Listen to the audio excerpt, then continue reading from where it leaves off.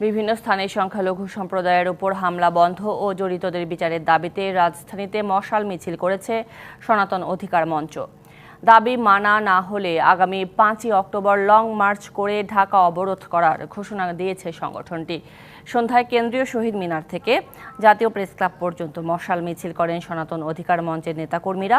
মিছিল থেকে সংখ্যালঘু নির্যাতন বন্ধ করো, মন্দিরে হামলা কেন, জবাব চাই, আমার ভাইকে মারলো কেন, দেশটা কারো বাপের না, এই দেশ ছাড়বো না ইত্যাদি স্লোগান দেওয়া হয়।